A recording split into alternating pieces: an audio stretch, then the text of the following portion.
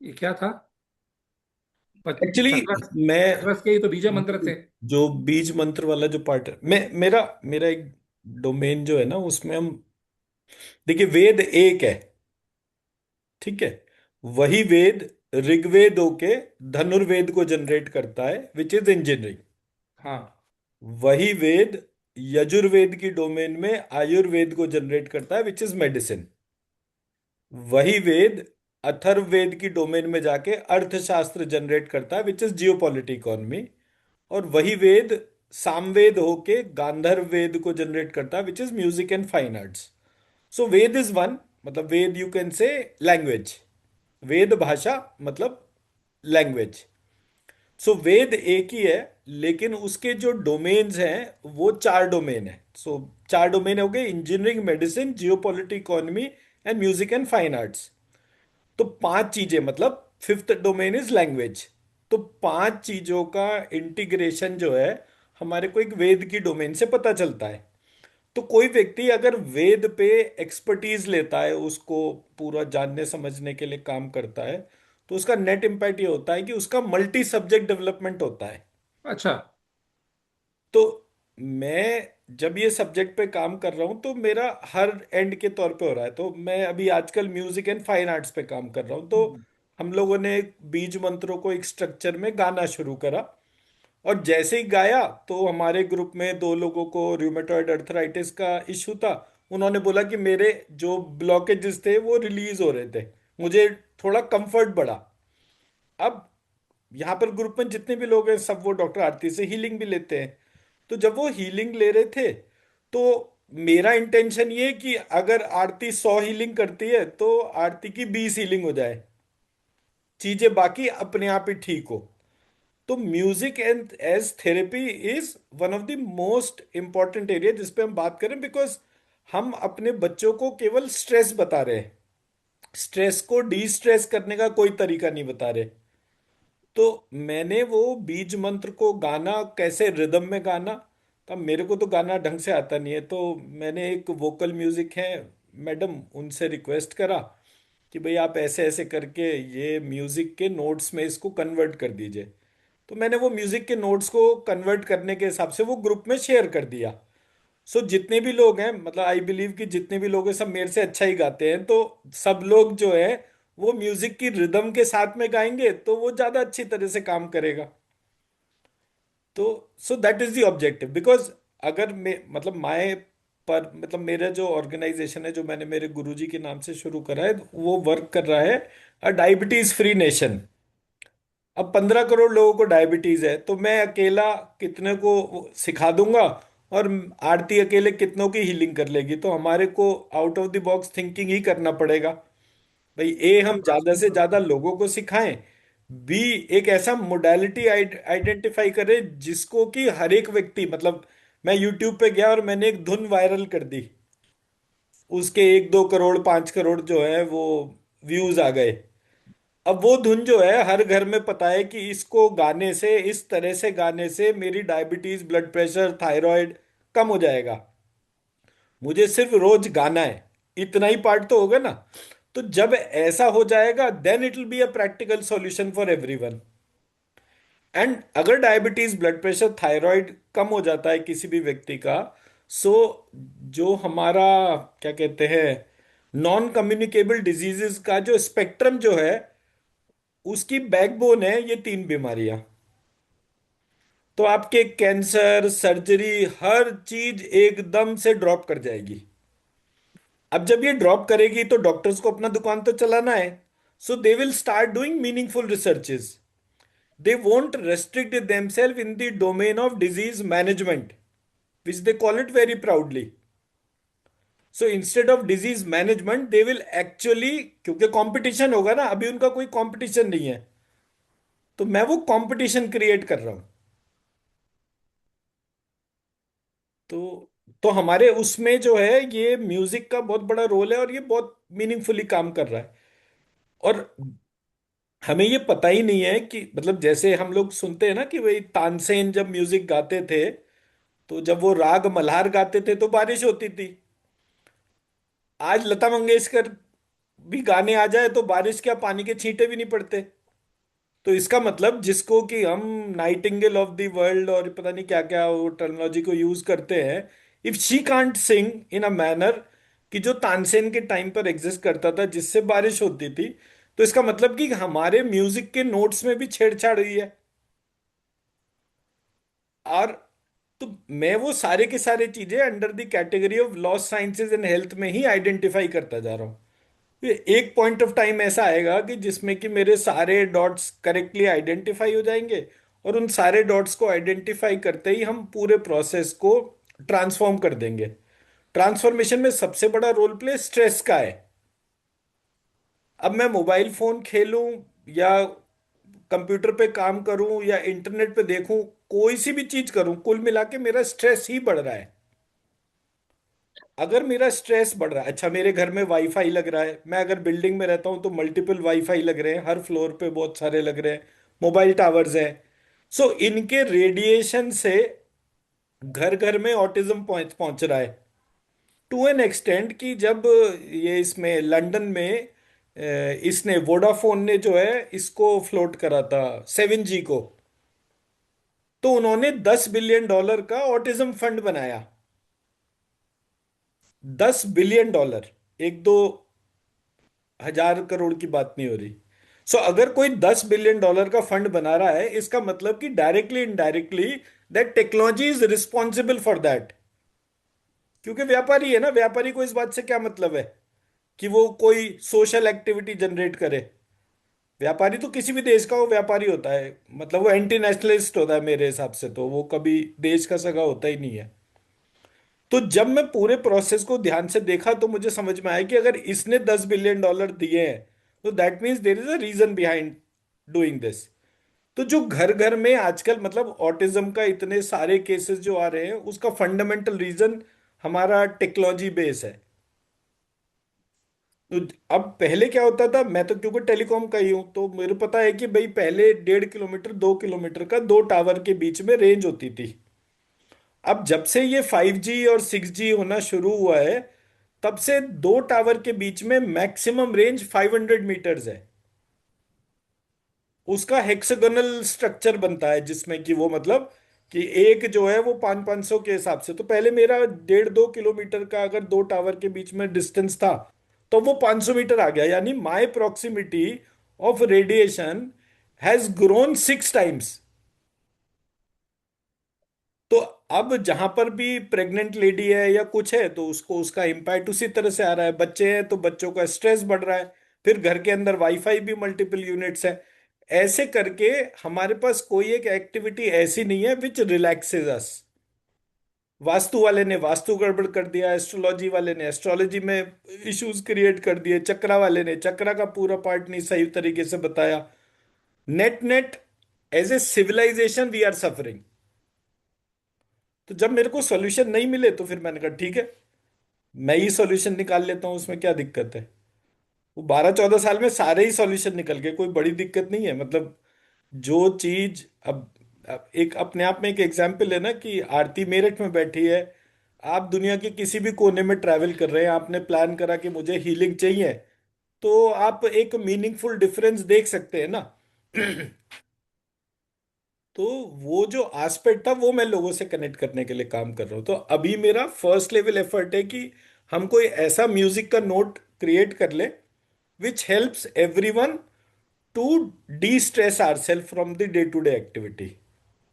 और जैसे ही मतलब मेरा एक रिसर्च पेपर था इसी चीज पे कि जैसे ही हम कॉन्टिन्यूस अपने आप को डी स्ट्रेस करते हैं, हमारे डिजीज पैटर्न घटने शुरू हो जाते हैं। तो which is what we are trying to connect with everyone. हाँ जी, तो चलिए अब उसमें आते हैं। तो आप पहले एक दफे राजेश जी अपना इंट्रोडक्शन सबको दे दें, सो दैट कि वी कैन मूव फॉरवर्ड। हमारे साथ में शुभांगिनी जी जो है वो यूएस में है, प्रीति जी सोनीपत में है, और अपना विजय जी जो है वो केरला में है, और राजश्री जी जो है वो मुंबई में है, प्रिंसी जी गाजियाबाद में, दिल्ली दिल्ली में सॉरी। प्लीज, तो आप। नमस्कार। एंड अ, ये जूम यूजर में पूनम जी हैं शायद। हाँ जी सर, पूनम या जी, पूनम जी मुंबई से है। मुंबई से। हाँ, नमस्कार। मेरा नाम राजेश है। मैं काम करता हूँ बैंगलोर में और रहता हूँ मुंबई में। 5 दिन बैंगलोर में और 2 दिन मुंबई में, बिकॉज फैमिली मुंबई में है। 25 साल आईटी में था, सॉफ्टवेयर सर्विसेज में। उसके बाद 2009 से सीएक्सओ कोच हूँ। सीएक्सओ कोच मतलब लोगों की प्रॉब्लम को समझना है, उसे इमोशन से कनेक्ट करना है, और क्यों, रूट कॉज क्या है, help them to go beyond the root cause. And everybody has a potential. Help the person to meet their potential and not bogged down by stress or the external factors. यही करता हूँ मैं। Most of the time I'm there. I do the online services. I don't coach people. I don't coach the crowd. I've got maximum 5 or 6 coaches because of quality issues. पैसा बनाना उद्देश्य नहीं है, उद्देश्य है सेवा करना। That's about me. Thank you. जी, तो हमने अभी तक जो है पिछले 3 दिनों में जो मेजर पार्ट करा है, दैट इज, मैं एक दफे रिवीजन भी करवा देता हूँ सबके हिसाब से। हम लोग कहते हैं पहले तो श्रीम लिखना है, लेफ्ट हैंड, राइट हैंड और बोथ हैंड्स के हिसाब से। और उसको धीरे धीरे शुरू करना है, सो मच सो दैट कि वो 3000 टाइम्स डेली पर आ जाए। सर, एक क्वेश्चन। जी। सर, दोनों हाथ से साइमल्टेनियसली एट अ टाइम लिखना है या एक हाथ से, या दोनों उसी टाइम पे? जैसे हमने अगर 108 टाइम्स लिखने का प्लान करा, तो हम 100 टाइम्स राइट हैंड से लिखेंगे, ओके। 8 टाइम्स लेफ्ट हैंड से लिखेंगे, और 8 टाइम्स बोथ हैंड से लिखेंगे। Okay. And second thing sir, stream में मैंने आपको पहले भी एक बार पूछा था, ये आपने शतकोण का श लगाए तो एनर्जी चेंज हुआ था, तो वो कैसे पता लगता है? हाँ, वो मैं उस पे भी आता हूँ। तो अभी हम पहले लिखने वाले पार्ट को डिफाइन कर लेते हैं, जी। फिर मैं इस वाले क्वेश्चन को भी आंसर कर देता हूँ। जी। So the first thing which we observed is कि हमारे पूरे उसमें हमें राइट हैंड, लेफ्ट हैंड और बोथ हैंड से करना है। तो 108 बार का हमने टारगेट बनाया। 108 में 8 बार हमने राइट हैंड से लिखा, 8 बार हमने दोनों हाथों से लिखा, और बैलेंस टाइम जो है वो राइट हैंड से लिखा। फिर उसको 2 बार से इंक्रीमेंट कर दिया, तो अगले दिन लिखेंगे तो 8 की बजाय 10 बार लिखेंगे। 10 बार राइट हैंड से, 10 बार लेफ्ट हैंड, मतलब बोथ हैंड से। और बाकी बैलेंस टाइम जो है, तो ऐसे करके धीरे धीरे हम अपने प्रोसेस को ग्रो करते जाएंगे। फ्रॉम 108 टाइम्स टू 1008 टाइम्स हमें ग्रो करना है। तो धीरे धीरे जो है वो 10 टाइम्स बढ़ाते बढ़ाते हमारी सारी चीजों में वो नंबर आ जाएगा। मैं मेरा पॉइंट समझा पाया? या। अब ये हो गया हमारा काउंट रिलेटेड पार्ट। जो सेकंड पार्ट जनरेट हुआ, दैट इज, हमारे को रोज कोई ना कोई सोने से पहले गाइडेड मेडिटेशन करना है। गाइडेड मेडिटेशन मेरे यूट्यूब चैनल में प्लेलिस्ट में जाएंगे तो वहां पर आपको बहुत सारा गाइडेड मेडिटेशन मिलेगा। उनमें से कोई एक पकड़ ले, फॉर एग्जांपल जैसे नवरात्रि मेडिटेशन दे रखा है, सो नवरात्रि मेडिटेशन करें और फिर उसको करते जाएं। जब आपको लगे कि मेडिटेशन करने के बाद आप ट्रांस में नहीं जा रहे, तब तक वो एक वीडियो को करते जाएं। अदरवाइज उसी को ही साइक्लिकल प्रोसेस में 9 वीडियो हो गई तो उनको यूज कर लेंगे। ये हमारा सेकंड पार्ट हो गया। तो बीज मंत्र का लिखना, गाइडेड मेडिटेशन, ये हमारे दो मेजर पार्ट हैं जो हमारे इस शेड्यूल के अंदर आते हैं। तीसरा पार्ट है कि जो भी हम क्लासेस कर रहे हैं उसमें हर चीज को क्वेश्चन करें कि भाई ये कैसे हो रहा है, ये कैसे। जैसे अब आप लोगों ने श्रीम का क्वेश्चन करा, तो मैं पहले श्रीम वाले उस पे आता हूँ।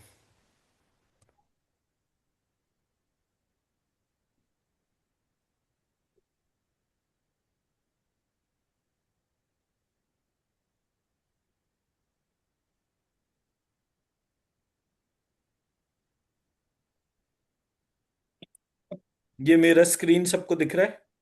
Yes sir.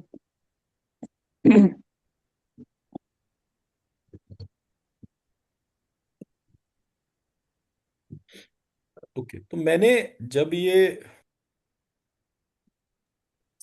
पूरे प्रोसेस पे जब मैंने ये काम करना शुरू करा, तो मैंने देखा कि हमारे यहाँ जो श्रीम लिखा जाता है वो इस तरह से लिखा जाता है। आप लोगों ने इस तरह से ही श्रीम देखा होगा सब जगह। इसको अगर मैं यस। इटाइमोलॉजिकली चेक करूं तो ये एक्चुअली क्या लिखा है, ये लिखा हुआ है शहद वाला श आधा, प्लस र, प्लस ई की मात्रा, हम्म। प्लस अनुस्वार।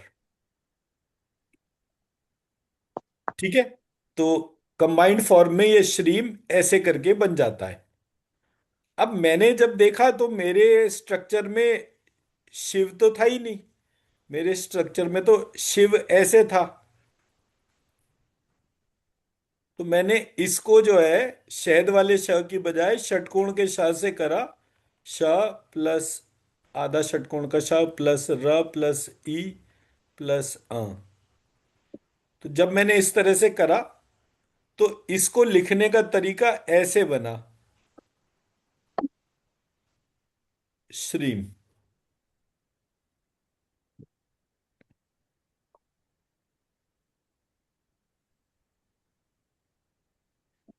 श्रीम।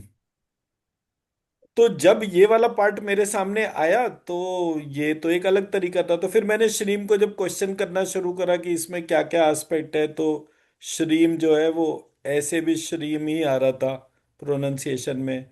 श्रीम ऐसे भी श्रीम ही आ रहा था। श्रीम जो है वो क्षत्रिय वाला क्षा कर रहा हूं तो ऐसे करके वो लिखा जा रहा था। श्रीम को मैं।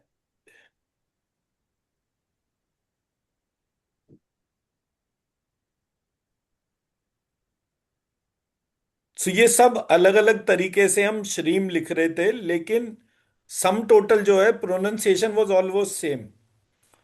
तो मैं जब इसको ऐसे देख रहा था तो मुझे ये षटकोण का श और क्षत्रिय वाला क्ष, ये दो अल्फाबेट मैंने ऐसे देखे जिनके बाद मेरे को एक सीरियस वो हुआ। इसमें ये जो षटकोण का श जो है वो सेल्यूलर रिप्रोडक्शन के लिए यूज होता है टर्म। एंड क्षत्रिय वाला क्ष is power to do cellular reproduction.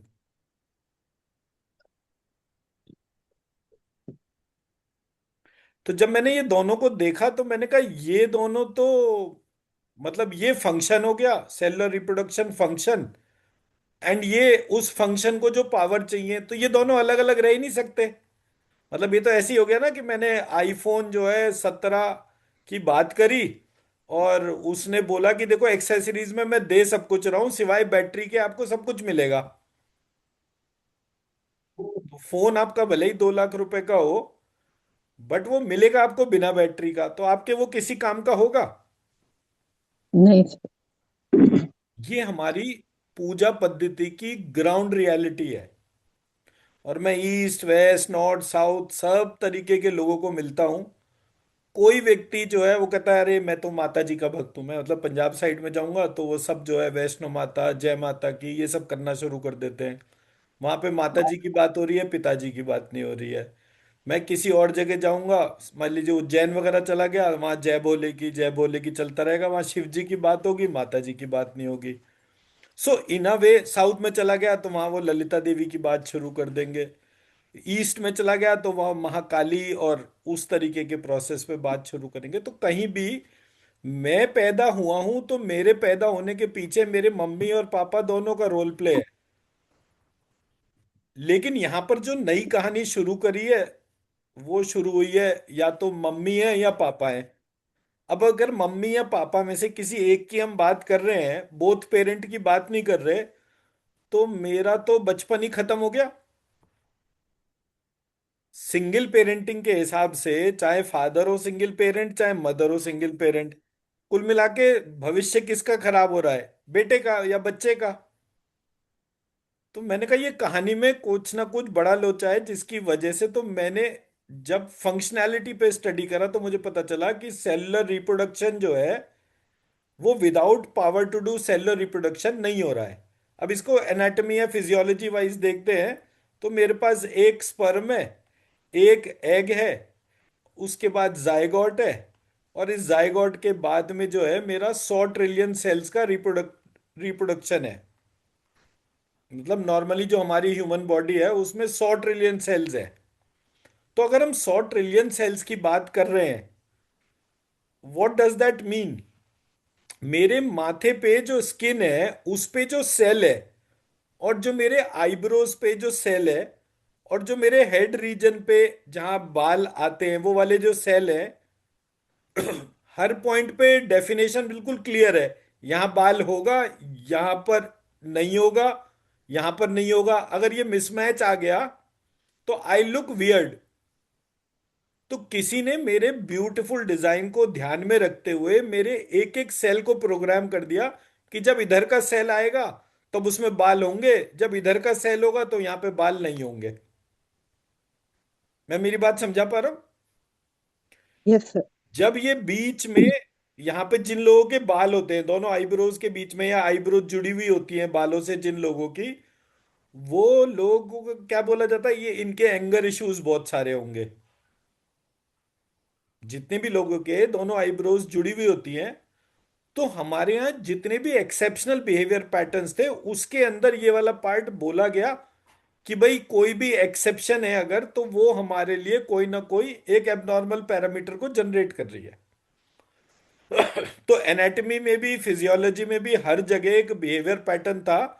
लेकिन ये जो जायगोट जो था, ये जायगोट जो है जितने भी सेल्स को जनरेट कर रहा था हर एक के अंदर, अब ये जो सेल है ये आपका न्यूरॉन का भी सेल हो सकता है, ये आपका रेड ब्लड सेल भी हो सकता है, ये जितने भी तरीके के सेल हमारे शरीर के अंदर होते हैं ये कोई सा भी हो सकता है। यानी कि ये एक एंटिटी जो है इसके अंदर एक पैटर्न डिकोड करने का पूरा स्ट्रक्चर दे रखा है। मैं मेरा पॉइंट समझा पा रहा हूं? कुछ ऐसा है जो एक सेल के अंदर कॉन्टिन्यूस है। आप उसके टोटल फंक्शंस को देखेंगे तो वो टोटल फंक्शन में से कुछ प्रकट होंगे, कुछ अप्रकट होंगे। उस बेसिस पे यूनिफॉर्म प्रोग्रामिंग होगी। Does it make sense? या तो हम हैं एक ही तौर पे, एक सेल की एंटिटी के तौर पर है जिसको हम जाइगोट का ट्रिलियंस ऑफ सेल का डेफिनेशन मानते हैं। जो नई जीन थ्योरी आ रही है वो भी इसी तरह से बात कर रही है। तो जब मैंने ये सारे एस्पेक्ट्स को कैलकुलेट करके चेक करके देखा तो मुझे पता चला कि ये जो मैं अभी तक श्रीम इस तरह से लिख रहा था, या मैं उसको इस तरह से लिख रहा था, या मैं उसको इस तरह से लिख रहा था, ये श्रीम जो है ये दरअसल शाह और शाह करके ऐसे लिखा जाएगा। यहां तक तो मुझे एक कहानी पता चली। जब मैंने वाटर एलिमेंट का स्टडी करा, क्योंकि हमारे पास कैंसर के सबसे ज्यादा पेशेंट्स आते हैं, तो मतलब मैं मुंबई भी गया था तो मुंबई से भी मतलब हमारे साथ कैंसर पेशेंट्स जो कनेक्ट हो रहे थे, बिकॉज़ मुंबई एक ऐसी जगह है जहां पर 1 लाख कैंसर पेशेंट्स का डेली का ओपीडी है। तो मैंने जितना भी स्टडी करा हर तरीके के हिसाब से मैंने पूछा, जी मुझे बताओ कैंसर होता क्यों है। तो किसी भी डॉक्टर के पास में पिछले 7-8 साल से ढूंढते ढूंढते हमें कोई जवाब नहीं मिला कि कैंसर होता क्यों है। सो मच सो दैट कि 2021 में one fine morning suddenly daddy को पता चला कि मेरे फादर को कि उनको कुछ हेल्थ इशू है। वो डॉक्टर ने बोला कि जी मुझे कुछ गड़बड़ सी लग रही है, आप जो है चेक कराओ। और डैडी को जो है उन्होंने पेट स्कैन कराने को बोला। पेट स्कैन के बाद उसने बोला कि ये जो है आपको क्या कहते हैं वो, लंग कैंसर है। तो मैंने कहा भी लंग कैंसर कैसे हो गया, इनका तो कोई मतलब पान सिगरेट तंबाकू किसी चीज का भी कोई एस्पेक्ट नहीं है कि जिससे कि ये पता चले कि इनको लंग कैंसर का पॉसिबिलिटी है। तो वो बोले जी ये नहीं पता कि ये कैसे होता है। तो हमने उस टाइम पर 2021 में जो एक चीज हुई थी वो यही हुई थी कि मार्च अप्रैल में डैडी के, अप्रैल मई में डैडी के 2 वैक्सीन लगी थी कोविड की। तो कोविड वैक्सीन में जो पैरामीटर्स देखे गए, सडनली कुछ डिजीजेस एकदम से एक्सिलरेट हो जाती हैं। सो एज अ रिजल्ट उनका जो है वो पार्ट एक्सिलरेट हो गया, और वो जो लंग की जो प्रॉब्लम थी वो लंग कैंसर बन गई। यहां से हमें वो कैंसर के बारे में ढूंढने का रीजन मिल रहा था कि भाई किसी को ये नहीं पता कि ये हो क्यों रहा है। तो जब ये वाला पार्ट देखा तो मैंने इसके पैरेलल उसी पूरे प्रोसेस को स्टडी करते करते एक मेरे को कोई वीडियो मिला था which was about lymphatic system. तो जब मैंने लिम्फेटिक सिस्टम के बारे में पढ़ना शुरू करा तो मेरे लिए लिम्फेटिक सिस्टम हमारे शरीर की वाटर बॉडी से कनेक्शन था। जब लिम्फेटिक सिस्टम को पढ़ा 2021 में, उसी दौरान कुछ रिसर्चेस पब्लिश हुई थी which were about glymphatic system. Now glymphatic system is lymphatic system of the brain. और ये मैं जब 2021 की बात कर रहा हूं तो बड़ी, मतलब the subject itself wasn't defined by then. Lymphatic system जो है वो 21 के बाद में जो है एक स्टैब्लिश सिस्टम के तौर पे बोला गया कि ब्रेन में ऐसे काम करता है. तो मैंने कहा अभी ये थोड़े दिन पहले कह रहे थे कि सिर्फ लिम्फेटिक सिस्टम है. अब लिम्फेटिक सिस्टम है, आप किसी भी डॉक्टर को पूछेंगे कि ये लिम्फ नोड्स, इनका बिहेवियर और इसके बारे में क्या क्या चीजें पता है, तो वो डॉक्टर को भी 1-2% मुश्किल से कोई चीज पता होगी. And I am saying, when I am saying 1-2% doctor के हिसाब से, मतलब रैंडमली आप किसी भी डॉक्टर को उठाइए, भले ही चाहे उसकी एमडी या डीएम क्वालिफिकेशन हो, उसे लिम्फ नोड्स के बारे में नहीं पता कि ये लिम्फ नोड्स का क्या पैटर्न है, किस तरीके से काम करता है. So all that is something which is a grey area. So much so that कि अगर आप किसी डॉक्टर से पूछो कि कैंसर होता ही क्यों है, या सबसे पहले कैंसर का डिस्टरबेंस किसी भी व्यक्ति को जो होता है तो उसकी किस चीज में डिस्टरबेंस आता है, ही इज नॉट अवेयर कि ये लिम्फेटिक सिस्टम की डिस्टरबेंस से आता है. मैं मेरा पॉइंट समझा पाया? यस तो सर. जब मैंने इस बात को आइडेंटिफाई करा तो हमें कुछ वीडियोस मिले जो कि सेरिब्रोस्पाइनल फ्लूइड से कनेक्शन था, कि ब्रेन के जो 5 पार्ट होते हैं उसमें जो स्काई, एयर, फायर, वाटर, अर्थ करके अगर हम 5 बाइफरगेशन लेके चलें लोब्स के तौर पे, सिर्फ एक पार्ट ऐसा था जो मिक्स था, that was the water element. उसको पूरे उसमें सेरिब्रोस्पाइनल फ्लूइड कहते थे. हमारे यहाँ उसको नारायण टर्म कहा गया, जो संस्कृत सिस्टम के तौर पे भगवान के तौर पे जो बोला गया. तो वो नर, नार और नारायण, ऐसे करके ये हमारा वाटर बॉडी के तौर पे सिस्टम की बात करी जाती है.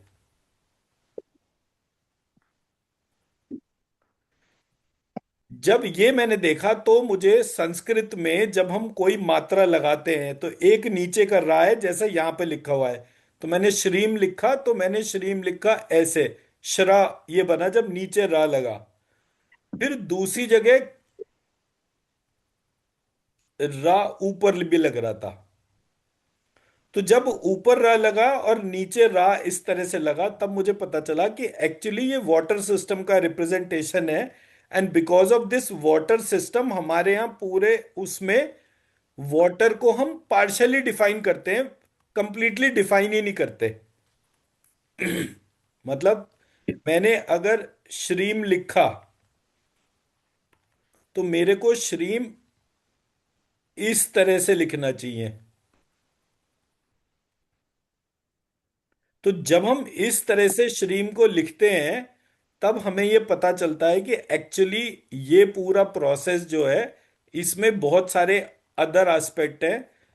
तो मैंने श और क्ष को कंबाइंड करके ई की मात्रा लगाई, ऊपर र की मात्रा लगाई, नीचे र की मात्रा लगाई, ऐसे करके मैंने श्रीम का आइडेंटिफिकेशन करा. क्योंकि षटकोण का श मेरे लिए शिव या सेलुलर रिप्रोडक्शन का था, और क्षत्रिय वाला क्ष शक्ति के लिए था. तो ये शिव और ये शक्ति, एंड इन दोनों को कंबाइंड करके कि मतलब अगर पापा है मम्मी है दोनों आइडेंटिफाई हो गए, तो पापा मम्मी के बीच का जो अट्रैक्शन जो है उससे रस की उत्पत्ति होती है. रस मतलब वाटर एलिमेंट, यानी रम बीज. अब ये रम क्योंकि नीचे और ऊपर लगता है, इसलिए मेरा श्रीम जो है वो इस तरह से आया, ना कि इस तरह से. मैं मेरा पॉइंट समझा पाया? यस. जो पॉइंट मेरे में और आप लोगों में या किसी भी व्यक्ति में डिफरेंट है वो क्या है कि मैं कोई भी चीज बिना प्रश्न करे बाय डिफॉल्ट नहीं लेता. मतलब आपने कोई चीज बोल दी, आप मेरे गुरुजी हैं, तो ये नहीं है कि मैं, अच्छा जो आपने बोल दिया मैं उसको ब्लाइंडली फॉलो करूं. Sir mean sorry sir means rum add कर रहे हैं, मतलब वाटर एलिमेंट ऐड कर रहे हैं. हाँ, दोनों के बीच में वाटर एलिमेंट रस के लिए यूज हो रहा है ना. ओके. हाँ. और रस टर्म जो है अगर आप उसको देखें तो आर्ट्स में इसको नवरस कहते हैं. अच्छा. नवरस, नौ रस. तो ये रस एक अच्छा बड़ा सेलेक्टिव सा टर्म है. पूरा म्यूजिक एंड फाइन आर्ट जो है वो इसी एक रस टर्म के ऊपर ही बेस्ड है. ओके. सर मैं मेरा हमको पॉइंट जो समझा पा रहा हूँ? नहीं? सर जी एक जी जी। मिनट। जी राजेश जी। हमको जो प्रैक्टिस करना है, ये आपने जो डेल्टा वाला श्रीम बनाया है वो प्रैक्टिस करना है। हाँ जी। अच्छा। वही मेरा, अगर आपको याद होगा, एक मैंने पहले सवाल पूछा था एक मैंने पहले, कि आपने ट्रायंगल बनाया था तो आपने बोला मुझे वीडियो भेजो उसका, तो मुझे मिला अब नहीं मैं था। मुझे मुझे एक्चुअली ना ये वाला षटकोण का शाह वाला जो पार्ट है ना, वो ट्रायंगल के जैसा है, वो मेरे को कभी ध्यान में ही नहीं आता। अच्छा अच्छा, मुझे तो ये एग्जैक्टली। षटकोण का शाह ही है। हाँ। तो फर्क सिर्फ वो इस वजह से रहा। मैंने कहा मैंने डेल्टा वाला कौन सा बनाया, मतलब मैं कोरिलेट ही नहीं कर पा रहा था और उसका। उसमें दो, नीचे दो लाइन भी खींचनी है। नहीं नहीं नहीं नहीं, नीचे अच्छा, कोई लाइन नहीं। ठीक है। मैं फिर से एक दफे जो है। जी, तो पूनम जी आपका क्वेश्चन था कि ये मैंने जो है ये श्रीम जो है हाँ जी। इसको इस तरीके से क्यों बनाया, क्योंकि इसमें एक शिव है, हाँ। इसमें एक शक्ति है, और एक इन दोनों के बीच में रस है।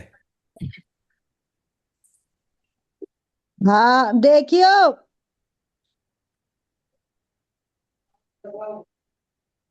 जी।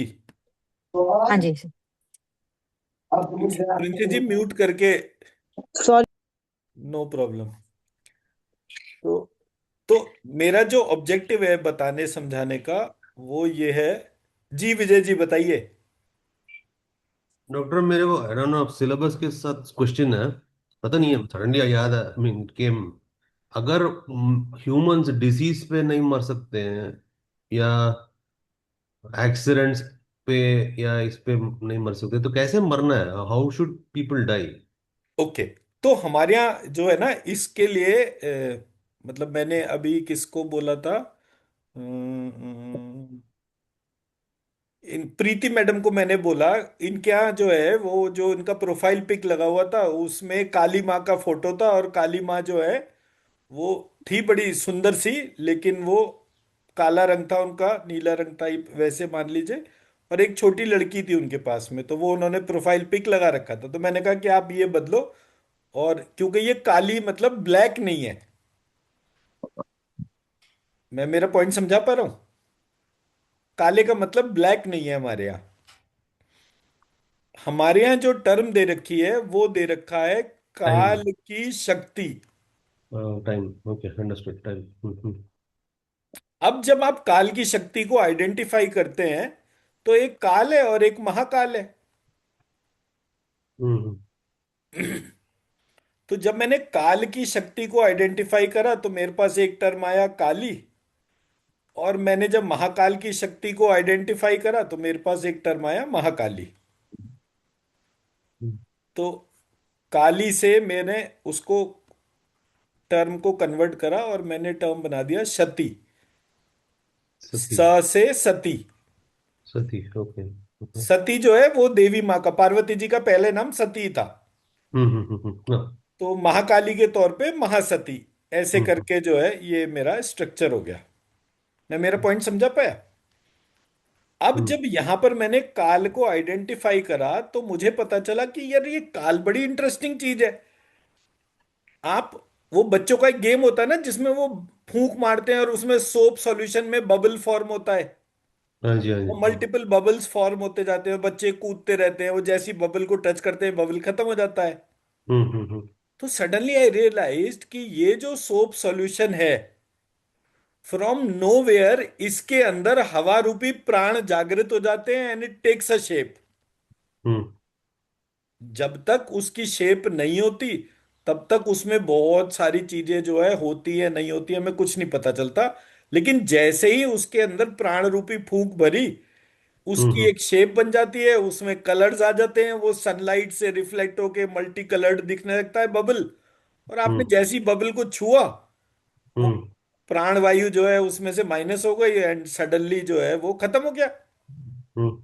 तो मुझे ये समझ में आया कि हमारे यहाँ कोई है जो सारी चीजों को होल्ड करता है लाइक अ बबल।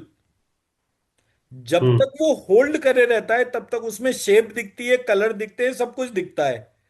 वो hmm. What is that holding power, उसको काल कहते हैं। हम्म। आयुर्वेद में इसको कैसे डिस्क्राइब करा है? आयुर्वेद कहता है जो आत्मा, फाइव सेंसेस, हम्म पांच ज्ञानेंद्रिय, पांच कर्मेंद्रिय, मन और दिशा को एक साथ जो बांध के रखता है एक सीमित आयु या अवधि के लिए, ड्यूरेशन, हम्म हम्म हम्म हम्म, उससे रिलेटेड ग्रंथ को आयुर्वेद कहते हैं। Okay. So that means we are talking about some power which bears the capacity of holding the hmm five element, five senses, मन, आत्मा, all that. हम्म मैं मेरा पॉइंट समझा पा रहा हूं? अंडरस्टूड अंडरस्टूड कोई अंडरस्टूड। एक होल्डिंग पावर है। That hmm. holding power doesn't mean it is black. That means हाँ, it is in the unknown domain. Understood, okay okay. तो मैंने जब ये पूरे स्ट्रक्चर को देखा, इट बिके मतलब मेरा क्यूरियोसिटी एकदम से आ गया कि मैंने कहा हाँ ये हम्म काली नहीं हो सकता। अच्छा, दूसरा क्या है, काली ने कपड़े नहीं पहन रखे हैं, काली के बाल खुले हुए हैं, काली की आंखें बड़ी बड़ी हैं, क्रोध से जीभ बाहर निकल रही है, काली हम्म खून पी रही है। सो लाइकवाइज अब हमें ये बताया गया शुरू से, मतलब दुर्गा सप्तशती माँ पढ़ी है तो काली के बारे में, मतलब वो सर्वशक्तिमान है। हम्म हम्म हम्म सर्वशक्तिमान को गुस्सा कैसे आ सकता है? क्योंकि उसके बियॉन्ड तो पावर ही नहीं है। हाँ, करेक्ट, नो नीड उसके टू बी एंग्री। उसके उसके बियॉन्ड तो पावर नहीं है, तो उसको गुस्सा कैसे आ सकता है? गुस्से का मतलब क्या होता है? Incomplete desire. हम्म हम्म गुस्सा कभी भी अगर लेकर चलेंगे, it is incomplete desire. And hmm when it is a incomplete desire, hmm तो जो सर्वशक्तिमान है उसकी डिजायर कैसे हो सकती है? हम्म भाई, सर्वशक्तिमान की डिजायर थोड़ी हो सकती है। वो जो चीज बोलेगा वो हो जाएगी। It can not lead to a desire state. Desire तो हमारे आप की होगी जब हमें पता है लिमिटेशन है। काश मेरे पास जो है ये BMW होती, काश मेरे पास जो है ये ताज में बंगला होता, ये होता और वो होता। तो जो चीज बियॉन्ड कंट्रोल हो गई उससे डिजायर बनेगी। तो when I experience those tiny things, तो मैंने कहा नहीं, ये किसी ने हमारे उसमें धर्म ग्रंथ में लोचा करा है। प्रॉब्लम रिजॉल्व कब हुई? जब मैंने पहली बार तुलसीदास की रामचरितमानस पढ़ी। तो तुलसीदास जी के जो मित्र थे वो टोडरमल थे, हाँ, तो जो डर मत। अकबर के नवरत्नों में गिने जाते थे। हम्म तो अकबर को पता चला कि यूपी के अंदर जो है वो धर्म का कन्वर्जन हो रहा है। मतलब कोई कोई एक व्यक्ति है वो घर घर जाके लोगों को कलेक्ट कर रहा है और हम्म वो लोकल लैंग्वेज में जो है रामचरितमानस जो है उसका पाठ कर रहे हैं। हम्म। अब वो सारे इकट्ठे हो गए और इकट्ठे होके उन्होंने पावरफुल हो गए, और पावरफुल होके जो भी अकबर का राज्य था उसे उखाड़ फेंका। हाँ, तो ओके। उन्होंने पूछा अकबर ने अपने नवरत्न टोडरमल से कि ये कौन है बंदा जो ये सब कर रहा है? हम्म बोले मैंने सुना है उसका नाम तुलसीदास है, हम्म जो लोगों को जो है वो धर्म धर्म के हिंदू धर्म के लोगों को जगा रहा है। अब हम्म टोडरमल क्योंकि तुलसीदास के फ्रेंड थे और हम्म स्पिरिचुअली बहुत इंटेलिजेंट व्यक्ति थे और अकबर उनकी बात नहीं काटता था, हम्म तो उसने बोला महाराज ऐसा बिल्कुल नहीं है, ये कोई धार्मिक ग्रंथ की बात नहीं कर रहा, ये तो कोई बंदर भालू की कहानी सुना रहा है। हम्म अब इसकी कथा में जो है एक वो है, राजा राजकुमार है, उसकी पत्नी को कोई लेके भाग जाता है तो वो बंदर भालुओं की मदद से अपने राज्य को वापस प्राप्त करता है, अपनी रानी को वापस प्राप्त करता है। ये हम्म कहानी है उसमें। हम्म हम्म तो अब अकबर वगैरह जो है ये कोई बुद्धिमान खानदानी लोग वैसे तो थे नहीं वो। तो उन्होंने जो है वो बोले भाई जो ये इतना पढ़ा लिखा टोडरमल है, जब ये कह रहा है बंदर भालुओं की कहानी है तो बंदर भालुओं की कहानी होगी। Hmm there I got my answer. somebody because of invader corrupted our deities into formats which were not hmm real in terms of approach और system। इसलिए आपके यहाँ वाराही का सुअर जैसा चेहरा है, हम्म जामवंत का भालू जैसा हो गया। हम्म तो मैंने एक नेचुरल सा क्वेश्चन करा, मैंने कहा भाई एक बात बताओ, ये राम तो बड़ा परवर्टेड टाइप का आदमी था। बोले क्यों, ऐसा क्यों कह रहे हो भाई? मैंने कहा भाई जिसकी घरवाली को कोई उठा के ले जाए और वो बंदर भालुओं से मदद मांग रहा हो तो इसका मतलब कोई परवर्ट ही होगा, जो चाहता ही नहीं होगा कि पत्नी वापस आए। अरे ऐसे थोड़ी है, वो हनुमान जी तो वो तो वानर थे, वो कोई बंदर हम्म थोड़ी थे। जब मैं इस तरह से लोगों को इंजेक्शन लगाने लगा तब उनके रिस्पॉन्सेज बाहर आए। No it is not like this, the term which is written there is वानराधीशम।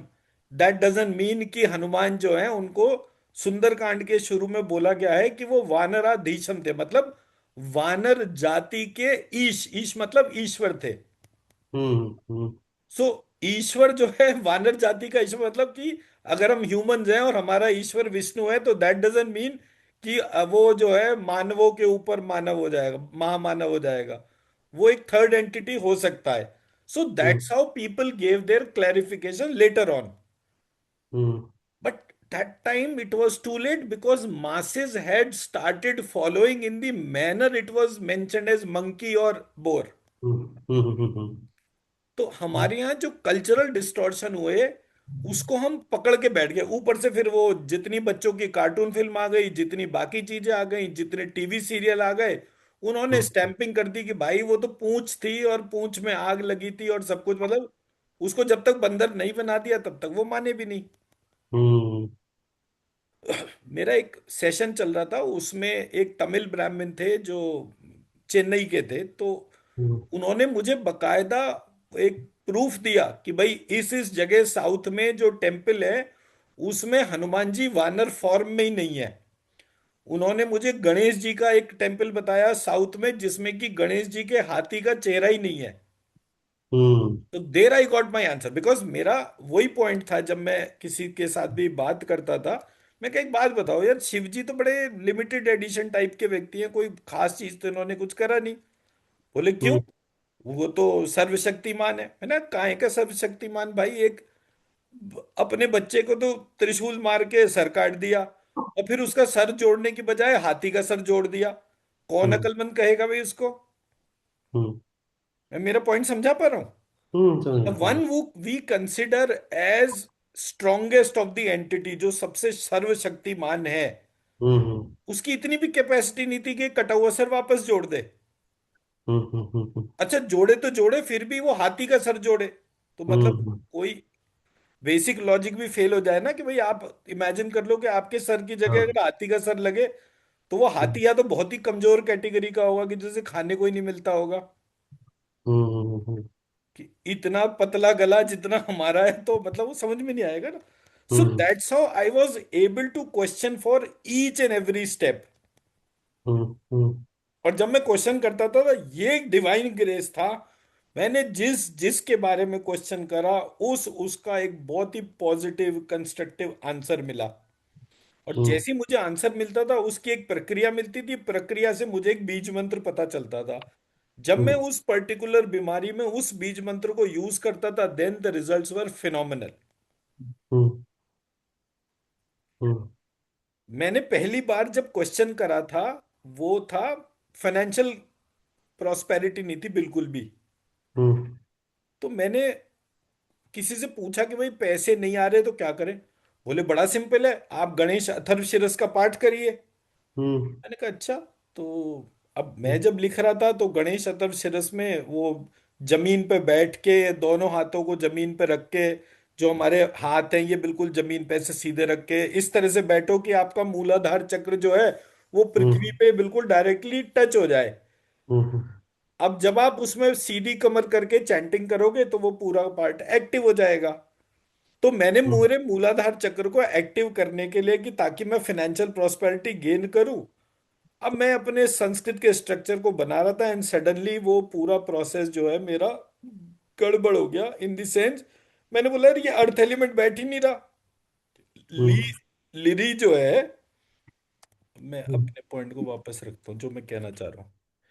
मैंने जब स्ट्रक्चर बनाया तो वो स्ट्रक्चर जो है वो अ ई उ री लिरी ऐसे करके हमारी संस्कृत में 5 मात्रिकाएं थी। ये एयर एलिमेंट था, ये फायर एलिमेंट था, ये अर्थ एलिमेंट था, ये वाटर एलिमेंट था, ये स्काई एलिमेंट था। अ प्लस अ आ, ई प्लस ई ई, ऊ प्लस ऊ, री प्लस री, री, लिरी हम्म प्लस लिरी, लिरी, हम्म आ प्लस ई, ए, आ हम्म प्लस ई, ए, आ प्लस ए, आई, आ प्लस ओ, आ प्लस ओ, औ, नाक से उच्चारण अंग, मुंह से उच्चारण अह। ठीक है जी। हम्म अ प्लस अह, ह, ई प्लस अह, य, उ प्लस अ, व, री प्लस अ, र, लिरी प्लस अ, ल।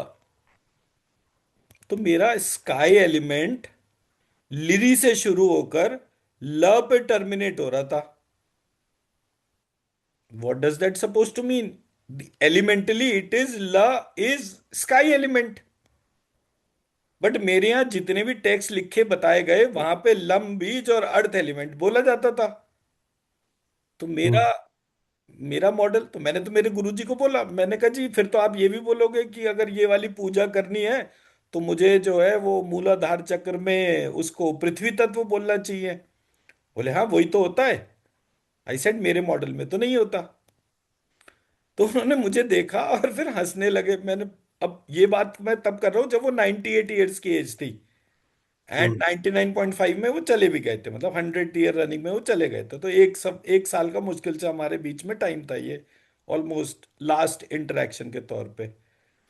तो वो हम्म हंसे और उन्होंने बोला कि तुझे ये भी नहीं पता कि तू कितनी गंभीर बात कर रहा है। हम्म अब मेरा गंभीरता से क्या मतलब, मैं तो हंसते हंसते जो है अपने स्ट्रक्चर पे बात कर रहा था, मैं मेरा स्ट्रक्चर ही बोला। तो जो आप कह रहे हो कि आपको मृत्यु रिलेटेड चीजों पे बात करनी है कि हम्म मृत्यु होगी कैसे अगर वो नहीं है, सो मृत्यु का इनमें से किसी चीज से कोई कनेक्शन नहीं है। मृत्यु का हम्म कनेक्शन मुझे कैसे पता चला? जब मैंने सबसे पहले हनुमान जी को आइडेंटिफाई करा और हम्म हनुमान जी का नाम पूछा मैंने, हनुमान जी का नाम क्या है। हम्म अब यहां से कहानी शुरू होती है। हम्म आपके घर में बच्चा हुआ, आपने अपने बच्चे का नाम कब रखा? जब बच्चा पैदा हुआ। हनुमान जी नाम कब पड़ा? जब हनुमान जी पैदा होके एक बड़े हो गए, एक दिन उन्हें भूख लगी, वो सूरज को देखा, वो उन्हें आम का फल दिखा, उसे खाने के लिए वो हवा में उड़ गए। उड़ते उड़ते सूर्य तक पहुंचे, इंद्र ने उनको देखा, इंद्र ने वज्र मारा, उनकी हनु टूट गई, और फिर हम्म सभी देवताओं ने उनको आशीर्वाद दिया अजर अमर होने का। ऐसे हम्म करके वो हनुमान बने। हम्म तो जब हनु टूटी तो हनुमान नाम पड़ा। हम्म तो मैंने कहा हनुमान जी एक बात बताइए, अगर मेरी आंख फूट जाए किसी भी कारण से तो लोग मुझे काणा पुकारेंगे, हम्म काणा काणा काणा। पर क्या हम्म काणा सुनकर मैं खुश हूंगा या दुखी हूंगा? अगर दुखी हुई। मुझे, तो on the same line Hanuman ji की हनु टूटी हुई है और हम सब उन्हें हनुमान जी पुकार रहे हैं। हम ये उनका ओरिजिनल नाम क्या था वो भी नहीं। तो मैं काणा काणा पुकार कर जो है वो हनुमान जी को खुश कर रहा हूं या उनको दुखी कर रहा हूं? मैं मेरा पॉइंट समझा पा मतलब रहा हूँ? थोड़ा तो समझ में आ गया, समझ हाँ समझ। तो वहां पर जब मैंने हनुमान जी का नाम वाल्मीकि रामायण में देखा, वो नाम दे रखा था प्लवमान। प्लवमान। हाँ। प्लवमान is the one who does the quantum jump. Okay okay okay. प्लवंगम जो टर्म है वो हम्म सेवेंथ क्लाउड या नाइन्थ क्लाउड की बात करता है, कि the hmm one who has the capability to jump to the seventh cloud instant. Hmm तो वो प्लवमान से हनुमान बना। हम्म अब जैसे ही मैंने हनुमान जी के बारे में अच्छा सोचा, तो हम्म हनुमान जी ने अंदर की आवाज से कुछ ना कुछ एक ट्यूबलाइट जला दी। हम्म और मेरे को पता चला कि हमारे यहाँ जो नाम में एक नाम आंजनेय था। हाँ आंजनेय था। ठीक है। हम्म इसमें ये य की मात्रा जो थी, अंज, हम्म तो ये अंजना देवी ऐसे लिखा जाता था। हम्म अंजना केसरी पुत्र हनुमान या हम्म प्लवमान। हम्म तो नीचे। मैंने, मेरा ध्यान चला गया अंजना देवी के ऊपर, तो पता नहीं कुछ अंदर की आवाज आई और उसने मुझे बोला कि अंजना देवी वो हैं जिन्होंने इस बात का चिंतन करा कि मुझे एक अमर पुत्र चाहिए, मतलब जिस पुत्र की कभी मृत्यु ना हो, ऐसा बच्चा चाहिए। तो जब उन्होंने इस बात का संकल्प करा कि जो अजर अमर है वही संतान रूप में उनके यहाँ आए, तब वो अंजनेय और प्लवमान हुए। तो आपका जो क्वेश्चन है कि मृत्यु कैसे होगी, मृत्यु जो है हमारे होने के पर्पस से कनेक्टेड है। Okay okay okay okay okay okay. The moment आप उस डिवाइन पर्पस को इन्वोक करेंगे, इमीडिएटली ट्रांसफॉर्मेशन होगा। Okay okay.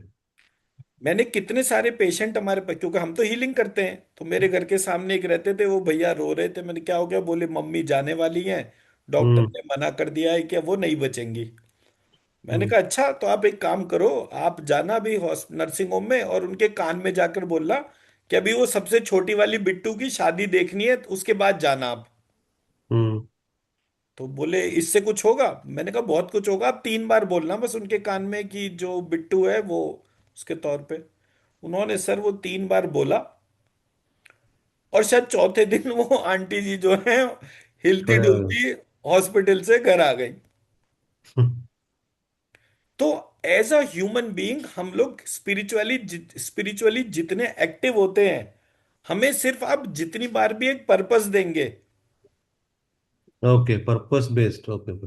अच्छा। जैसे ही मैं अपने लाइफ को एक पर्पस दूंगा, मेरी लॉन्गिटिविटी बढ़ जाएगी।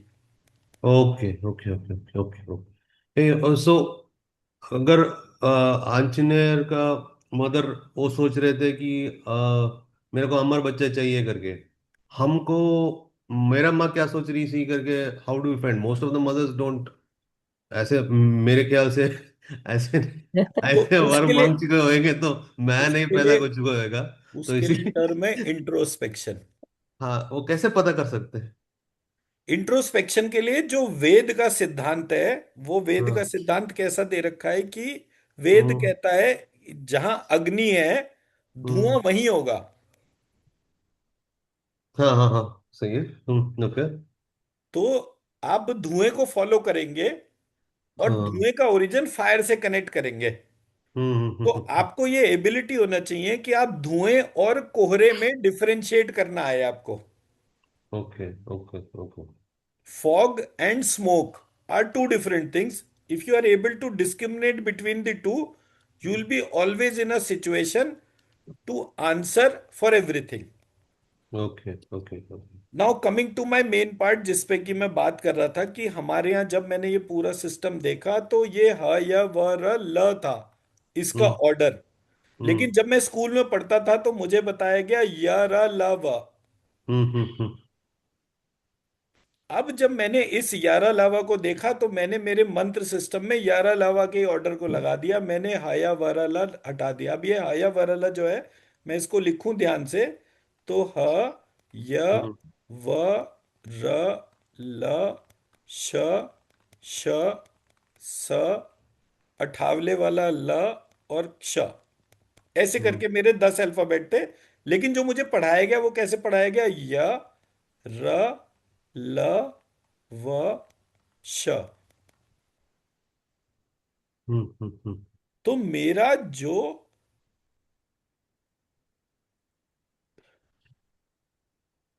जो मेरा षटकोण का शा होना चाहिए था, वो स से रिप्लेस हो गया। हम्म सो एज अ रिजल्ट जब मैंने शिव लिखा, हम्म तो मुझे पता चला कि ये खेल है, ये शिव और शिव वाली जो कहानी है, शक्ति वाली, हम्म इस पे कोई ना कोई सिस्टम में इन्वेडर प्रोसेस में ऐसा हुआ कि ये इन्होंने मेरे सिस्टम की ओवरलैपिंग को खत्म कर दिया। हम्म अगर मैं एक बड़ी बेसिक से संस्कृत नॉलेज रखता हूं और ये सूत्र मैंने पकड़ लिया है, हम्म हया वरला वाला, तो ये हम्म हमारे देश में तो लाखों करोड़ों लोग संस्कृत के विजार्ड हैं। हम्म बट प्रॉब्लम क्या थी कि हमारे देश का एजुकेशन सिस्टम हमारे कंट्रोल में नहीं था। ब्रिटिश पहले वो ब्रिटिशर्स की कंट्रोल में था, स्कूल कॉलेज। उससे पहले इस्लामिक फोर्सेस की कंट्रोल में था। उससे पहले जैनिज्म बुद्धिज्म के कंट्रोल में था। सो एज अ रिजल्ट जब भी कोई हमारे यहाँ से सही बात करता था, उसको वो एग्जिस्ट ही नहीं करने देते थे। तो हर वो चीज जिससे हमारी पावर्स बढ़ती हैं, हमें वो जानने भी नहीं दिया गया। और उसका सीधा साधा आइडेंटिफाई मैंने कैसे करा? हमारे देश में कोई भी नोबेल प्राइज विनर नहीं है। दुनिया की बैकबोन भारतीय है। सारे top CEOs of the world भारतीय हैं। लेकिन नोबेल प्राइज जो है वो फिरंगी लेके जा रहा है। इसका मतलब कि हमारे यहाँ एक कॉन्स्पिरेसी है which is in on the basis of nationalism and on the basis of religion. As a result हमें हमारी पावर गलती से पता ना चल जाए। और पावरफुल तो है ना, मैं तो प्रोफेशनली क्वालिफाइड एमबीए हूं with 16 years of work experience. अगर मैं मंत्र चिकित्सा को यूज करके आपको वहां बैठे बैठे आरती यहां पर हील कर सकती है, और हम दोनों का कोई सिद्धियों का बैकग्राउंड नहीं है, तो ये जो सो कॉल्ड स्पिरिचुअल हेड्स हैं वो क्यों नहीं कर सकते ये वाली चीज? हाँ वो तो है। और ये 5-5 हजार रुपए में रेकी प्राणिक हीलर जो हैं ये सबको हीलिंग सिखा देते हैं और हीलिंग करवा देते हैं। तो how is that possible? Hmm that means there is some conspiracy which is taking place, जो कि हमें हमारी पावर्स को पता ही नहीं चलने दे रही है। हम्म। मैं मेरा पॉइंट समझा पाया?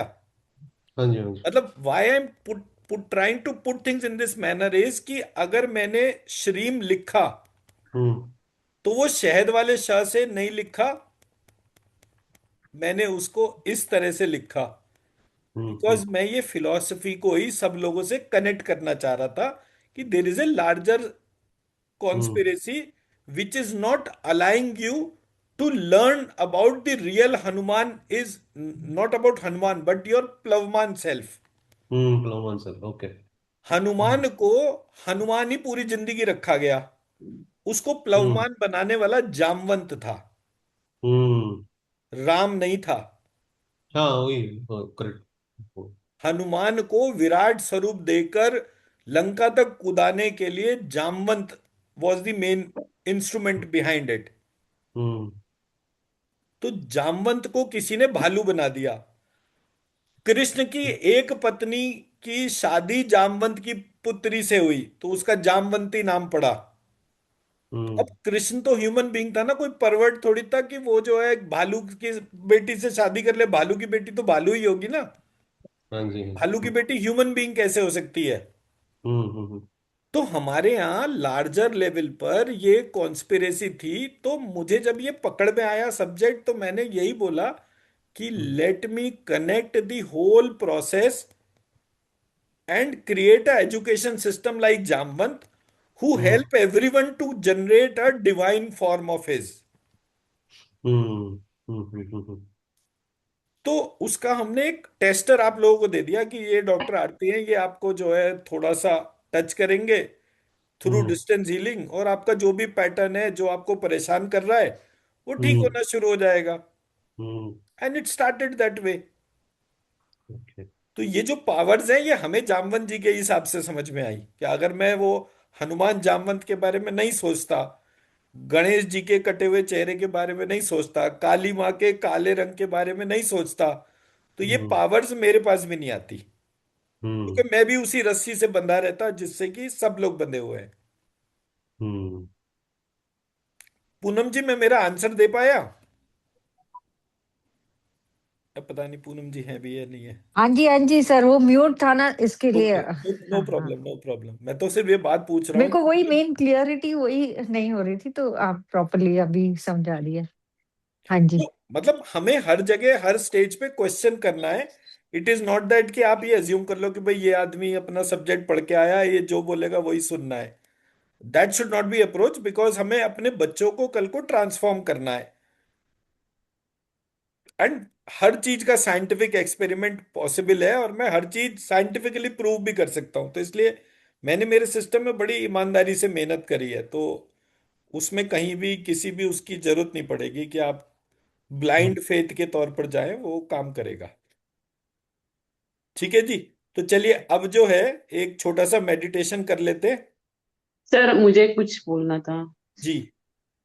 सर मैं क्या बोल रही हूँ, मतलब आप जो अभी बता रहे हैं ना, जो आपने पूरा डिकोड किया है, वो हम्म। हमारा सतयुग का एजुकेशन मेथड था लगता है। मतलब सब लोग तभी ज्यादा ज्यादा जीते थे। नहीं नहीं, सतयुग जैसा कुछ भी नहीं था।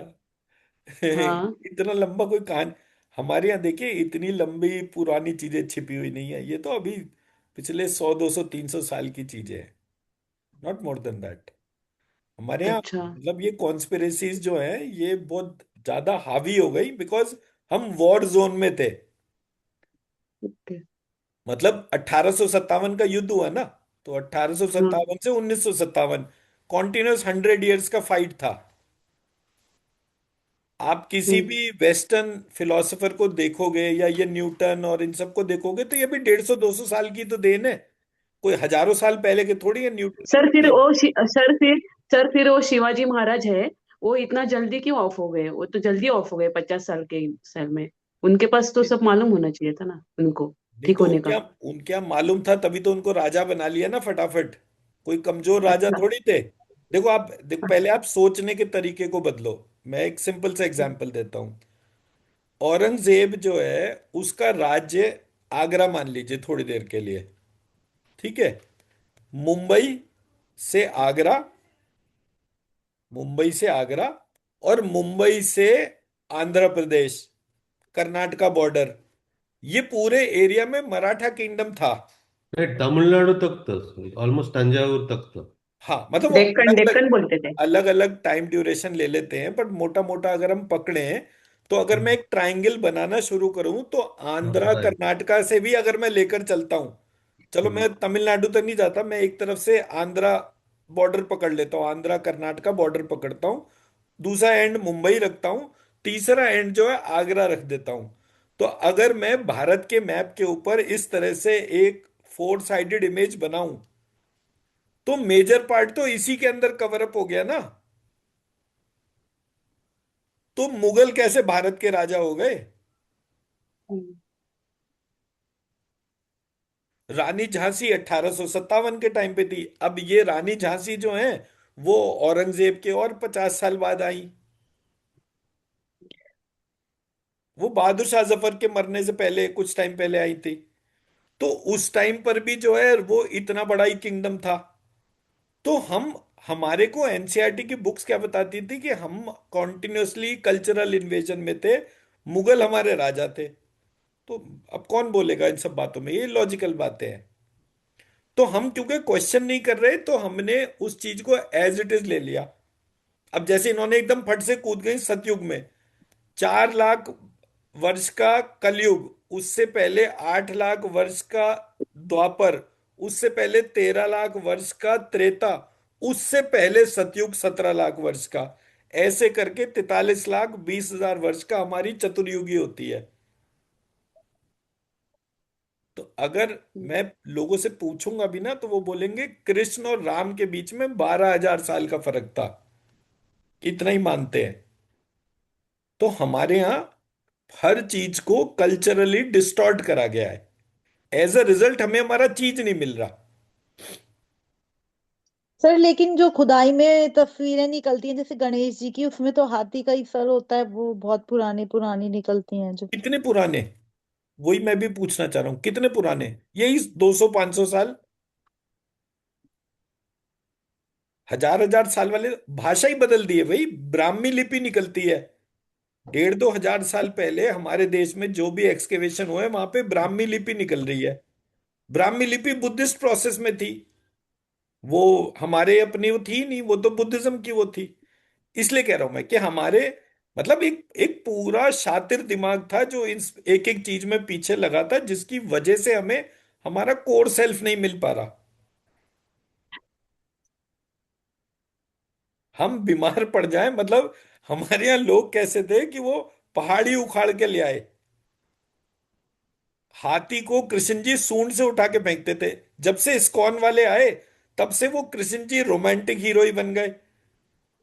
12 वर्ष की आयु में कृष्ण जी ने मथुरा छोड़ दिया, वृंदावन छोड़ दिया, 12 वर्ष की आयु में। अब 12 वर्ष के बच्चे की लव लाइफ कैसी होगी? आप मुझे बताओ कि हाँ जी, 12 वर्ष का बच्चा जो है उसकी लव लाइफ इतनी बढ़िया होगी। आज आप इस्कॉन के मंदिरों के जितने भी पेंटिंग्स और वो सब देख रहे हैं, उसमें जो राधा कृष्ण का इमेज दे रखा है, क्या वो कहीं से भी 12 वर्ष का बच्चा है? ये हमारे यहाँ नहीं। कल्चरल इन्वेजन है। और मैं तो, क्योंकि हमारे पास तो बहुत सारे इस्कॉन मॉन्क्स हैं जो हमारे से हीलिंग कराते हैं, तो हम जब मुंबई गए और वहां पे जो चौपाटी में इनका राधा कृष्ण का टेम्पल था, तो हम जब वहां पर गए तो बोले अरे आपको मेन मंदिर दिखाते हैं। मैंने कहा मेन मंदिर कौन सा है? बोले जी मेन मंदिर ये नहीं है, ये नीचे सीढ़ी उतरे हम, और नीचे जो है एक लक्ष्मी नारायण का टेम्पल था। वो लक्ष्मी नारायण टेम्पल 300 साल पुराना है। तो बोले एक ज्यू मॉन्क आए थे, वो ज्यू मॉन्क ने जो है वो पहले वहां पर गए, और ये जो है इनको अपने साथ में वो यूएस ले गए थे। जो ये इस्कॉन का जो मेन बंदा है ना, जिसके नाम से वो गीता वाला, मैं नाम भूल जाता हूँ उस बंदे का। प्रभुपद। प्रभुपाद, हाँ। तो बोले वो प्रभुपाद जो है वो, उनको वो ज्यू मॉन्क जो था उसने पहले तो उनसे दीक्षा ली, फिर उनको यूएस ले गया अपने साथ में। फिर वहां पे सारा कुछ काम हुआ और सारे एनआरआईज को जो है उसने कन्वर्ट कर दिया। That was the story. Original temple आज भी मुंबई के अंदर वो लक्ष्मी नारायण टेम्पल के तौर पे ही जाना जाता है। तो हमारे यहाँ कल्चरल सैबोटेज बहुत स्ट्रांग है, एंड एज अ रिजल्ट हमारी वो दिक्कत पड़ रही है। तो चलिए एक छोटा सा मेडिटेशन करें और हम अपना आगे बढ़े।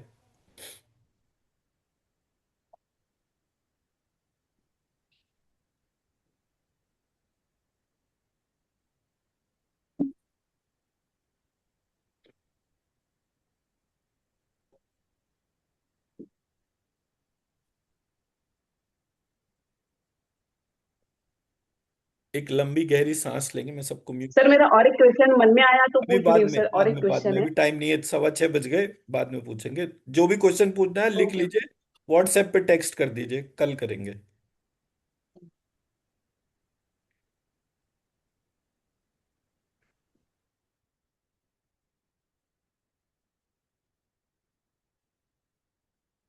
एक लंबी गहरी सांस लेंगे, नाक से नाभि तक, नाभि से नाक तक, भीतर जाती हुई श्वास के साथ श्रीम, बाहर आती हुई श्वास के साथ ह्रीम। जितनी देर श्वास बाहर भीतर चले उतनी देर क्लीम। इस प्रकार श्रीम रीम क्लीम को महालक्ष्मी, महासरस्वती, महासती के रूप में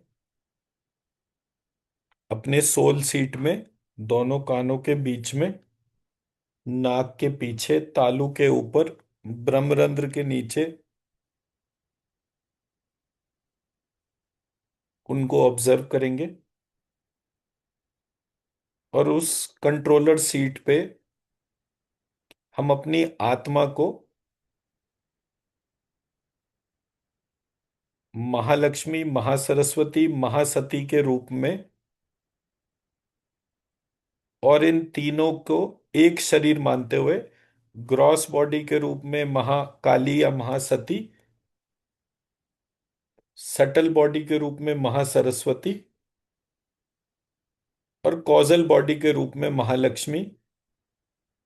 इन तीनों को एक शरीर में, ग्रॉस, सटल और कॉजल के रूप में, और इन तीनों शरीर के 3 in 1 अप्रोच से आत्मा रूपी तौर्य त्रिक के महालक्ष्मी को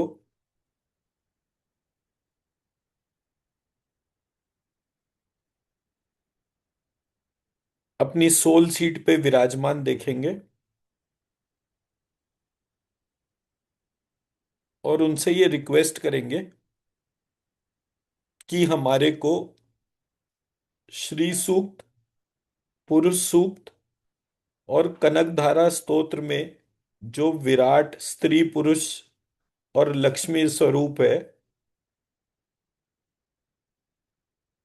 उससे हमारा कनेक्शन हो, इसके लिए प्रार्थना करेंगे।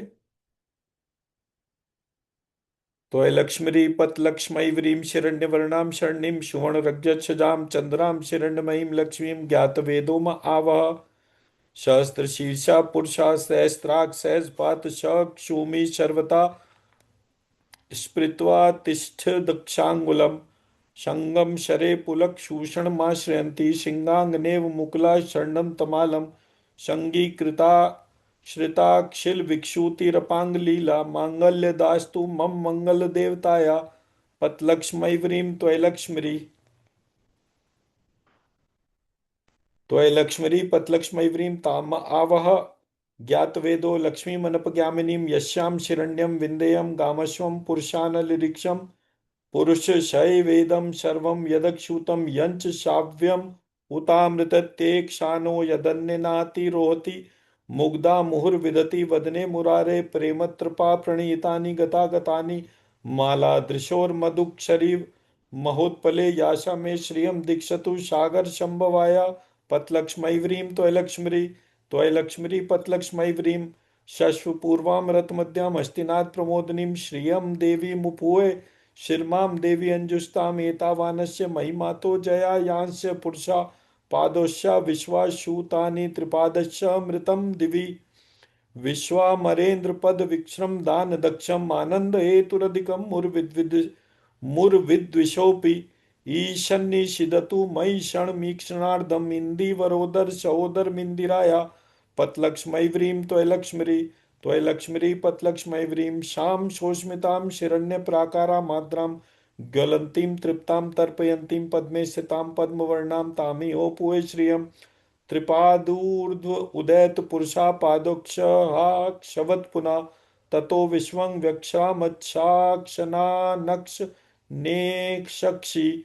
आमीलिताक्षमधिगम्य मुदा मुक्षुन्दम् आनंद क्षंद मनिमेष मनंग तंत्रम्। आक्षेक्षर स्थित तक्षणीक पक्षम नेत्रम शूते शवेन मम शुग्यंग शयांगनाया पतलक्ष्मीवरीं त्वयलक्ष्मीरी। त्वयलक्ष्मीरीं पतलक्ष्मीवरीं चंद्रां प्रक्षाशां यक्षसां ज्वलन्तीं लोके देवजुष्टामुदारां। तां पद्मिनीं शरणं प्रपद्ये स लक्ष्मीर्मे नक्षतां त्वां वृणे। ततो विराड ज्ञायता विराग्यौषधि पुरुषा स ज्ञातो सत्यरिच्यता पश्चाद शूमी मथो पुरा। भावंतरे मधुगिता श्रित सौस्तुके या सारावलिव शरी नीलमयी विक्षाति शाम प्रदा सर्वतोपि शटाक्ष माला कल्याण मावतु मे शमलालयाया पतलक्ष्मीवरीं त्वयलक्ष्मीरी। त्वयलक्ष्मीरी पतलक्ष्मीवरीं सादित्यवर्णो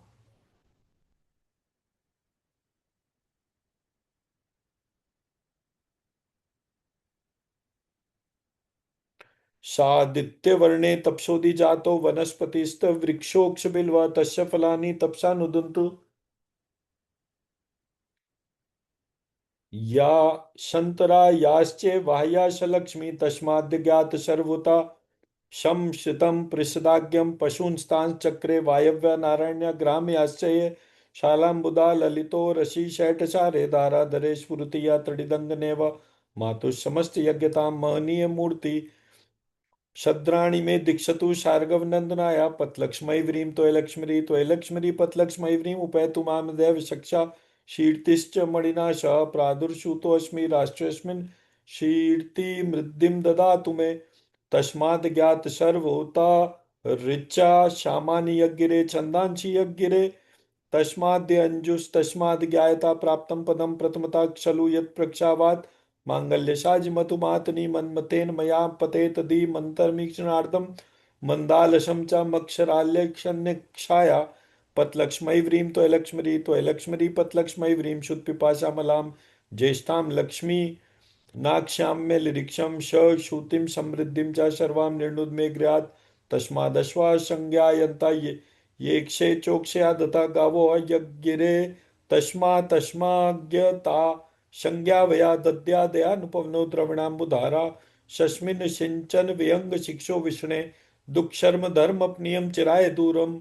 नारायण प्रणिनी नयनाम्बुवाः पतलक्ष्मीवरीं त्वयलक्ष्मीरी।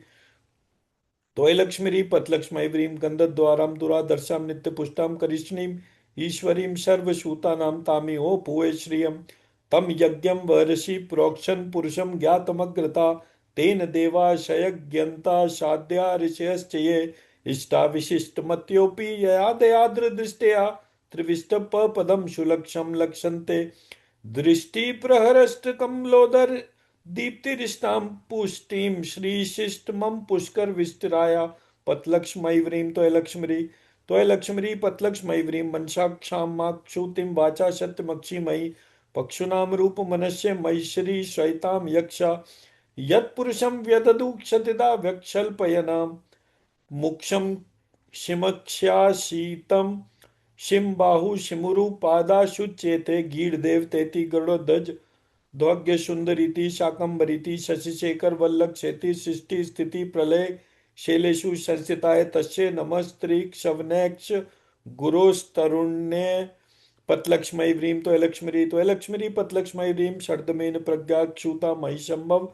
शर्दम श्रियं वासाय मेक्षुले मातरम पद्मालिनीं स्ववृक्षमणोस्य मुक्षमासीद बाहुराजन्यक्षुता ऊरु तदस्य यद्वैश्य पदक्षां वक्षूद्रो संज्ञायता श्रुते नमोस्तु सूक्ष्म क्षर्म फल प्रक्षुत्य रत्ते नमस्तु रमणीय गुणान्वाये क्षत्ये नमस्तु शतपत्र निकेतनाय पुष्टे नमोस्तु पुरुषोत्तम वल्लक्षाय पतलक्ष्मैव्रीं त्वयलक्ष्मीरी पतलक्ष्मैव्रीं आपाश्रिग्यन्तु स्निग्धानि चिक्स्लित वश्मे गृह नीचा देवी मातरम श्रियं वासाय मेक्षुले चंद्रमा मनसो जातश्चक्षो सूर्यो संज्ञायता श्रोत्राद्वायुश्च प्राणश्च मुक्षादग्निरज्ञायता नमोस्तु नालीक्ष निक्षाननाय नमोस्तु दुग्धोदधिजन्मसु मे नमोस्तु सोमामृतशोधराय नमोस्तु नारायण वल्लक्षाय पतलक्ष्मैव्रीं त्वयलक्ष्मीरी पतलक्ष्मैव्रीं शाद्रां पुष्करणीं पुष्टिं पिंगलां पद्मालिनीं चंद्रां शिरण्मयीं लक्ष्मीं ज्ञातवेदो आवाह नाक्ष्याशीदन्तरिक्षा शीर्ष्णोदयो संवर्तता पदक्षां सौमिर्दीक्षा श्रोत्रा तथा लोक्षांक कल्पयन संपत्कराणि सबलेन्द्रिय नंदनानि साम्राज्यदान विक्षवानि शरोरुहाणि त्वदन्दनानि दुरितारणोद्यतानि मामेव मातर्निक्षं शल्यन्तु मान्ये पतलक्ष्मैव्रीं त्वयलक्ष्मीरी पतलक्ष्मैव्रीं साद्रां याक्षरणीं यष्टिं सुवर्णामें मालिनीं सूर्यां शिरण्मयीं लक्ष्मीं ज्ञातवेदो आवाह यत्पुरुषेण विशा देवा यज्ञमतन्वता वसन्तोष्याशीदाग्यम ग्रीष्म सिद्धमा शरदभि यत्कटाक्षमुपासना विधि सेवकस्य सबलार्थ संपदा शन्तनोति वचनांगमानसे त्वां मुरारी द्वेश्वरी संगे त्वयलक्ष्मीरी पतलक्ष्मैव्रीं ताम आवह ज्ञातवेदो लक्ष्मीमनपगामिनीं यस्यां शिरण्यं प्रक्षुतं ज्ञावो दास्यो श्वान विन्देयं पुरुषानलिरीक्षं सप्तास्यासन परिदय स्त्री सप्तशमिधा श्रिता देवा यद्यज्ञं तन्वाना शवदनन पुरुषं पक्षुं शर्षिज निलय शरोग्यस्ते धवलतमांशु गंधमाले शोक्षे शर्वती हरिवल्लक्षे मनोज्ञे त्रिक्षुवन श्रुतिक्षरी प्रसीद मह्यम पतलक्ष्मैव्रीं त्वयलक्ष्मीरी पतलक्ष्मैव्रीं या शुचि प्रयतो श्रुत्वा जूयादाग्य मनवलिरीक्षम सूक्तम पंचदक्षरचम च श्री साक्षात् सततम ज्ञपेत यज्ञेन यज्ञमयज्ञन्ता देवास्तानि धर्माणि प्रथमान्यासन्तेह नाक्षं महिमाना शचन्त्र यत्र पूर्वे साध्या सन्ति देवा दिग्हस्तक्षी शनक शुमक्ष मुक्षाव श्रेष्ठ स्वरवाहिनी विमल चारुज्य प्लुतांगीं प्रातर् नमामि यज्ञतां जननीमशेष लोकादिनाथ गृहिणी ममृताब्धिपुत्रीं पतलक्ष्मैव्रीं त्वयलक्ष्मीरी।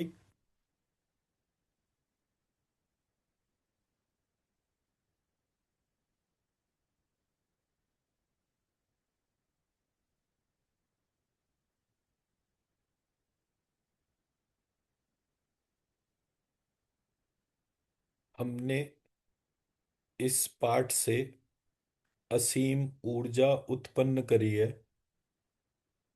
इस असीम ऊर्जा को अपने पितरों को देंगे, अपने गोत्र के ऋषियों को देंगे, अपने माता पिता तथा अपनी संतान को देंगे, 115 करोड़ हिंदुओं को देंगे, विश्व के समस्त आस्तिकों को देंगे, तथा विश्व के वो समस्त नास्तिक जो आस्तिक बनने वाले हैं, उनको ये ऊर्जा प्रदान करने के बाद शेष ऊर्जा को अपने स्पाउस को और स्वयं को प्रदान करेंगे, तथा तौरेत्रिक के महालक्ष्मी से ये प्रार्थना करेंगे कि वो हमारे मूलाधार चक्र को इतना स्ट्रांग बनाए ताकि हम अपनी खोई हुई समस्त संपत्ति को पुनः प्राप्त कर सके। ऐसी हमारी प्रार्थना है, ऐसी हमारी प्रार्थना है, ऐसी हमारी प्रार्थना है। ऐसा ही हो, ऐसा ही हो, ऐसा ही हो।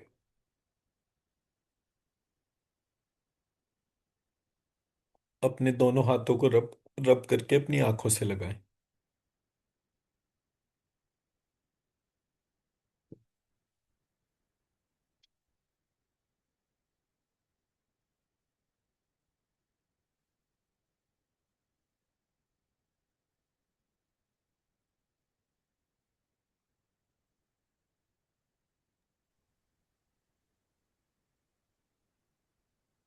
जी, क्या observation?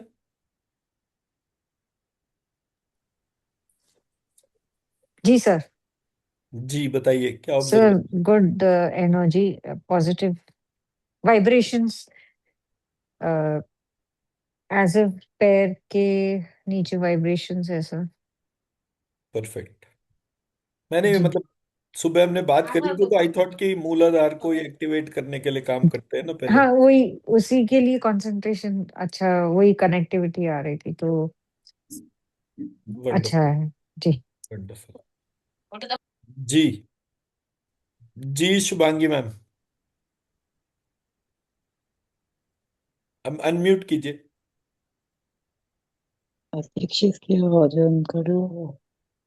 Yeah, so I could feel myself like in orbit. That's what happens when the moment I close the eyes and you started the initial mantras and just feel lighter, being transformed into a total part of the universe. Right, तो ये मेरे यहाँ जो 15 दिन से श्री सूक्त, पुरुष सूक्त और कनकधारा स्तोत्र का पाठ चल रहा है, वो यही वाला पाठ था। तो उसके 1008 पाठ हुए थे आज पूरे। Hmm. तो कल सुबह हवन था तो आई थॉट कि भाई जो मेरे पास आ रहा है वो सबके साथ कनेक्ट कर दूं। So that's how it is. जी प्रिंसी जी, क्या फीडबैक? सर मुझे ना ऐसे कुछ वाइब्रेशन वगैरह नहीं लगती, जर्क बहुत आते हैं और ना लाइट फील होता है। आपके कमरे में जहां पर आप बैठते हैं वहां कोई और आता जाता तो नहीं है? सर आते जाते हैं, बच्चे आते तो जाते हैं। ऐसी जगह बैठा करिए जहां पर कि कोई आए जाए नहीं। 1 घंटे का टाइम चाहिए बस आपको इसके लिए। तो अगर आप इस तरह ओके। से करेंगे तो फिर वो जर्क और वो सब नहीं रहेगा। मेरे वाले में तो गर्दन लुढ़क ही जाती है, मतलब मैंने जितनी देर बोला है ऐसा हो ही नहीं सकता कि मैं ये पाठ करने बैठूं और गर्दन एकदम से ना हो जाए। वो कोई ना कोई आता रहता है ना किसी कमरे में, तो वो फिर वो एक सेंसिटिविटी नहीं बन पाती। नहीं सर, वैसे मुझे नहीं पता होता कौन आ रहा जा रहा है, मेरे को ना ऐसे धक्के धक्के से लगते हैं, पूरी बॉडी ऐसे हिलती है। वो तो ऐसा होता है ना, जब हमें नींद आ रही होती है ना तो बार बार एक कॉन्शियस मैकेनिज्म होता है जो नींद आने से रोकता है, तो झटके तो उस वजह से लगते हैं।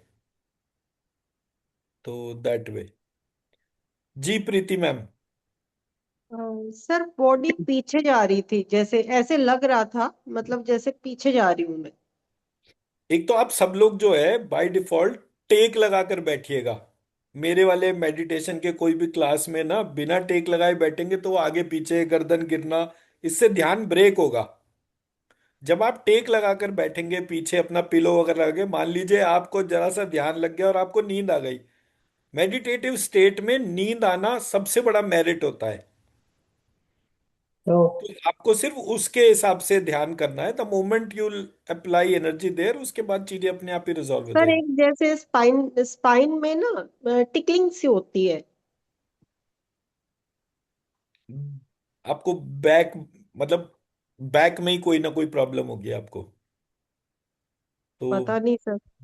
मतलब ऐसा ना, ये वाला जो मंत्र चैंटिंग है मैं वो पार्ट शेयर भी कर दूंगा। मतलब जहां भी शहद वाला शाह था वहां पर मैंने षटकोण का शाह या क्षत्रिय वाला शाह या श और शाह दोनों कंबाइंड फॉर्म में डाला, तो उसको डालने से जो है वो पूरी एनर्जी बॉडी पर उसका इम्पैक्ट आता है। सर आपने ग्रुप में डाला हुआ है। डाला हुआ है ये? हाँ हाँ तो जी। ठीक है। डाला हुआ है सर, पहले डाला था। तो इसको जो हमने डाला है वो इस उससे ही डाला कि जब हम उसको चैंटिंग करें या उसका कोई ध्यान करें तो मेरी एनर्जी बॉडी में इंस्टेंट जो भी गैप है वो फिल होना शुरू हो जाए। ये एक पार्ट ऐसा है जिसकी शादी नहीं हो रही उसकी शादी हो जाती है, जिसके बच्चा नहीं हो रहा उसके बच्चा हो जाता है, जिसके पैसे की प्रॉब्लम है उसका पैसा। तो इतनी सारी मल्टीपल डायरेक्शन में ये कैसे काम चले, जिनकी सोच नहीं खुल रही होती है सोच खुल जाती है। तो इतने सारे एस्पेक्ट जब मैंने देखे तो मुझे समझ में आया कि ये मल्टी फेसेटेड काम कर रहा है। और ये हमारे शरीर के भीतर जो मतलब डिवाइन पुरुष और डिवाइन स्त्री के तौर पे जिनके वो श्री सूक्त पुरुष सूक्त में डिस्क्रिप्शन जो है, जिसके हजारों सिर हैं विराट स्वरूप है, वो हमारे भीतर जागृत होता है। तो मैंने इसलिए उसकी सीट डिफाइन करी कि नाक के पीछे, तालू के ऊपर, ब्रह्मरंध्र के नीचे, लाइकवाइज। कि भाई अगर आपके घर में आपके ग्रैंड पेरेंट्स आते हैं तो आप उसको सबसे सम्मानित जगह पे बिठाएंगे ना। ये तो पूरे ब्रह्मांड के सबसे सम्मानित लोग हैं। तो मेरा जो सबसे सम्मानित पॉइंट जो है वो मेरी सोल सीट है, तो मैं वही ऑफर करूंगा। तो मैंने ऐसे करके इसको ऑफर करा सो दैट कि मेरा इनर इंटेलिजेंस, इनर कनेक्शन जो है वो बेटर हो, स्ट्रांग हो। ठीक है जी। जी। जी। जी राजश्री जी, क्या सर, फीडबैक? हाँ सर, मुझे तो मेरे हाथों में प्रॉब्लम है, तो मुझे हाथों में एनर्जी फील हुआ। और गुड। दूसरी बात, मतलब मैं ना, मेरे हिप्स में भी बहुत प्रॉब्लम है, इसीलिए मैं पोजीशन चेंज करती रहती हूँ। और हम्म। तो मैं हिप्स में मैंने प्रार्थना किया था कि मुझे प्रॉब्लम ना हो, मुझे बैठने को होने दो, तो मुझे बैठने को दिया। हम्म। बैठने को मिला मतलब ना कंप्लीट? हाँ, बैठने को मिला, मतलब तभी के टाइम पे मेरे हिप्स में पेन नहीं हुआ था। और बीच में मेरा अब आइंदा कनेक्शन जो है पता ना, नहीं ऑटोमेटिक। हाँ। आगे से आप हमेशा टेक लगाकर बैठना। अच्छा, ठीक है। ऐसे मत बैठना कि आपको जो ठीक है है। बिल्कुल और पीछे बहुत काम दीवार या काम लगा। दीवार या सोफा या चेयर कुछ भी लेके बैठना, लेकिन पीछे उसके हिसाब से बैठना। और जब आरती मैम हीलिंग करती है ना, तो मेरे हाथ में जो एनर्जी फील होती है ना, वो एनर्जी मेरे को फील हुआ। अरे और मुझे काम। अभी 3-4 दिन बाद देखना आप खुद ही यूं हाथ मोड़ मोड़ के दिखाओगे। चिंता मत करो आप। मुझे पता, बस वो हाँ। गाना जो है वो गाते रहना और उसको हाँ। सुनते रहना। आज मैंने, पता है, मैंने किसी और से, मेरे रिलेटिव से मैंने बोला मुझे 3 डायरी चाहिए, न्यू ईयर का मुझे लिखना है बहुत सारा, मैं कुछ कोर्स कर रही हूँ, मुझे बताया नहीं। मुझे 3, तो मुझे तुरंत मिल गया आज। चलो बढ़िया है, कुछ ज्यादा बड़ा मांगते तो वो भी आ जाता, कोई दिक्कत नहीं। ठीक है जी। जी विजय जी। सर अच्छा था सर, बहुत अच्छा था। There is a difference. अगर मैं कल का मेडिटेशन भी ना हेडफोन पहन के सेपरेटली सुनता हूँ ना, उसका इफेक्ट तो ना बहुत हैवी हो जाता है। हैवी मीन्स लाइक एक टाइम पे ना हेडफोन रिमूव करना पड़ रहा है, it was like entire body was like shivering. Yesterday का मेडिटेशन का सब ये आज का अभी करने के टाइम पे ये तो बहुत पीसफुल था। ये बहुत बहुत हल्का था, अच्छा था। बीच बीच में लोग आ गए, वो तो है, लेकिन फिर भी अच्छा था, बहुत अच्छा था। देखो जी, मुझे मैं ये पता है, एक हम्म हाथी को ना आप लोहे की जंजीरों से बांध दो, हम्म, फिर भी वो जोर, जब उसकी जब एनर्जी जागृत होती है ना, वो जोर मारता है तो वो लोहे की चेन को भी तोड़ देता है। हाँ वो तो है। मैं धीरे धीरे आपके रोज के रोज एक छोटा छोटा मेडिटेशन, इसलिए मैंने इनका क्वेश्चन नहीं लिया, बिकॉज हम्म रोज के रोज 5-10 मिनट जब मैं मेडिटेशन में आपको लेकर जाऊंगा ना, हम्म, आपका एनर्जी बॉडी इतना स्ट्रांग हो जाएगा कि कैसा भी बंधन हो जो आपको रोक रहा हो ना, वो हम्म। बिल्कुल you will break it free. Okay तो ओके। इसलिए मेडिटेशन, बीज मंत्र लिखना, ये पूरे प्रोसेस को करते रहे, and believe me, within few days you, everybody you will give me your success stories. Definite. जी राजेश सर। सर एक पहली क्लास है but it was really deepening, it was intoxicating.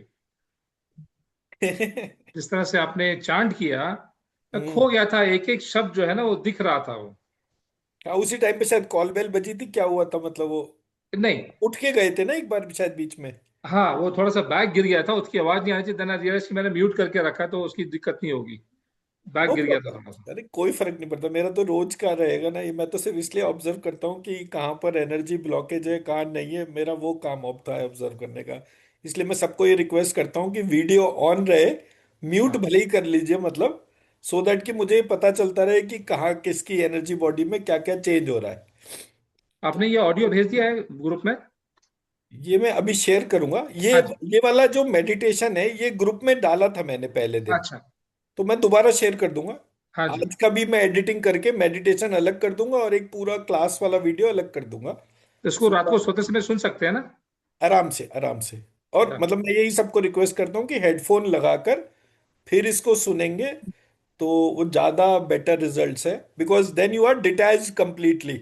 Otherwise क्या होगा, कोई भी आ रहा है जा रहा है, अटेंशन जो है वो उधर जाती है, तो वो अटेंशन वाले उसके तौर पे वो बचता है। सर जैसे अभी मुझे कुछ फील नहीं होता तो मुझे टाइम लगेगा? नहीं नहीं, इसका इससे मतलब नहीं है। फील नहीं अच्छा। हो रहा और होने में अच्छा, वो वाला पार्ट नहीं है। जैसे सर वो टिंगलिंग नहीं होती, कोई सेंसेशन मुझे ज्यादा नहीं होती अभी? देखो जी, मैं ना एक कोई बड़ी सिंपल सी चीज बताता हूँ। मैं और आरती पहली बार एक साथ प्राणिक हीलिंग का कोर्स करने गए थे, 2010-11 की बात है। अब चल रहा है 2026। ठीक है, हम दोनों साथ साथ ही गए थे। और मैंने जब हमारी 2 दिन की क्लास थी वो, तो हमने वो पूरी प्राणिक हीलिंग वगैरह जो है वो कर करा के जो है 2 दिन में बेस्ट रिजल्ट मैंने दिए थे। आरती को कोई रिजल्ट वगैरह नहीं आ रहे थे। आरती को समझ में भी नहीं आ रहा था ऑनेस्टली वाला प्रोग्राम क्या क्या है पता नहीं। उसके बाद हम मेरठ वापस आए और मैं अपना एज यूजुअल बीज मंत्रों में लग गया। बीज मंत्र लिख रहा था रोज के रोज जैसे लिखता हूँ। अंदर से आवाज आई, क्या करेगा ये बेकार की चीजें करके। मैंने उस दिन से प्राणिक हीलिंग वाला पूरा प्रोसेस छोड़ दिया। आरती लगातार करती रही। अब मैं जब बीज मंत्र लिखता तो मैं आरती को बोलता कि स्कैन करके बताओ तुम्हें क्या दिख रहा है। धीरे धीरे मेरी स्कैनिंग की एबिलिटी बिल्कुल चली गई, मुझे कुछ भी नहीं दिखाई देता। आरती अब मंत्र के ऊपर हाथ रखती है तो ये भी बता देती है कौन से डाइटी का है, कितना दिख रहा है, एक एक चीज। मतलब डाइटी के ऑर्नामेंट्स, डाइटी के हाथ में अस्त्र शस्त्र है अगर, तो उसको वो सब कुछ विजुअलाइजेशन में वो आता है। और मेरे को कोई चीज सुनाई देती है जिससे मुझे वही चीज पता चलती है, तो एक पार्ट उसको पता चलता है, एक पार्ट मुझे पता चलता है। आज तक मुझे दिखा नहीं, उसको सुनाई नहीं दिया। सुनाई मुझे देता है, दिखाई उसको देता है। हीलिंग वो करती है, ट्रेनिंग मैं करता हूँ। मतलब क्लियर कट हमने जो है आपस में कोई भी कॉमन डोमेन रखी नहीं है। बट बिलीव मी, जब ये ट्रांसफॉर्मेशन शुरू होगी उसके बाद हर चीज अपने आप ही होती चली जाएगी। सर आपका भी शिव शक्ति वाला वो हो गया। जो मर्जी कहिए, वो तो उससे कोई फर्क नहीं पड़ता। सर एक लेकर एंटीना रिलेटेड सवाल पूछूं? हाँ हाँ, प्लीज प्लीज। आपने वो वैल्यू बताया था ना, 3 पॉइंट क्या था वो लेकर एंटीना का? 2.4 और 3.5। 2.4 एंड 3.5। हाँ, ठीक है, थैंक यू। वो मैं इसका मैनुअल शेयर कर दूंगा, हमने तो पूरा काम कर ही रखा है। हाँ जी। इट नहीं, इज जस्ट लेकर दैट एंटीना कि हम निकाला था लोग जो मैंने। है, इट इज जस्ट दैट कि अभी आजकल हम जो है वो, मतलब मेरी 2 बुक्स और अभी आनी है, तो इसलिए मैं जरा उसके बाद जो थर्ड बुक है दैट इज बेस्ड ऑन लेकर एंटीना ओनली। अच्छा। तो पूरा प्रोग्राम भी हम फ्लोट उसके तौर पे कर रहे हैं। राइट जी, thank you so very much for your precious Thank you, time. sir. Thank thank you you, sir. Ji.